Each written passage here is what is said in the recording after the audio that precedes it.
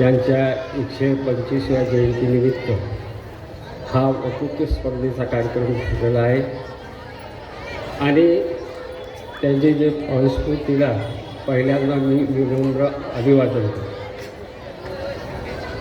हा जो कार्यक्रम ठेवलेला आहे, मी वाचलेलं पुस्तक आणि जीवन व मूल्य.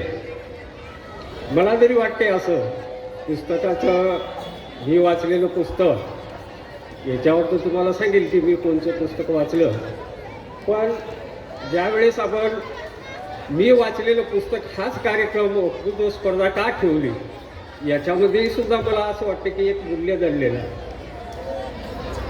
की कारण आपण आता बरेच विद्यार्थी किंवा शिक्षकालाही सुद्धा वेळ नाही की पुस्तक वाचण्याकडे ते वेळ देत नाही.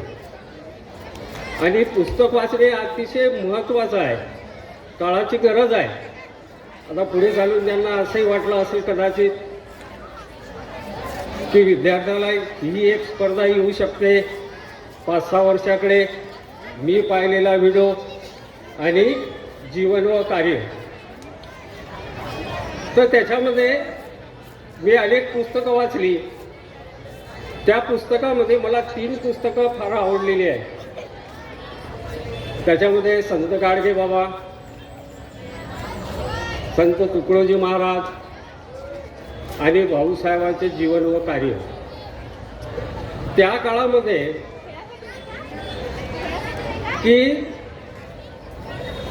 त्यांनी जे जीवनमूल्य रुजवले, पहा की संत गाडगे बाबांचं घ्या की आजही त्यांचे जे जीवनमूल्य रुजवलेले आहेत, अंधश्रद्धा, स्वच्छता, ते आजही या काळामध्ये कामी पडत आहे. म्हणून मला सर्वात पुस्तक आवडलेलं आहे, मी वाचलेलं आहे, ते म्हणजे संत गाडगे बाबा.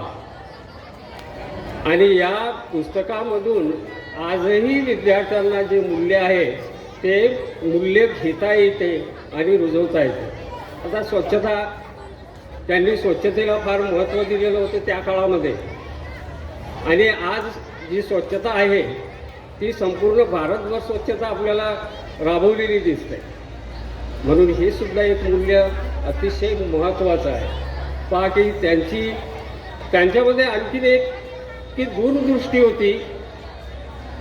आणि दूरदृष्टी हे सुद्धा एक मूल्य आपल्याला घेता येते की आपली सुद्धा दूरदृष्टी असली पाहिजे. आणि सर्वात महत्त्वाचं म्हणजे त्यांनी शिक्षणाला अतिशय महत्त्व दिलं. त्यांनी त्या काळामध्ये सांगितलेलं आहे की शिक्षणासाठी आपण आपल्या उपाशी राहिलं पाहिजे, आपल्या घरचं ताट मोडलं पाहिजे आणि शिक्षण दिलं पाहिजे मुलांना. म्हणजे त्या काळामध्ये त्यांना माहीत होतं की जे शिक्षणाला पुढे चालून अतिशय काय येणार आहे, महत्त्व येणार आहे. म्हणून हे सुद्धा जीवनमूल्य अतिशय महत्त्वाचं आहे.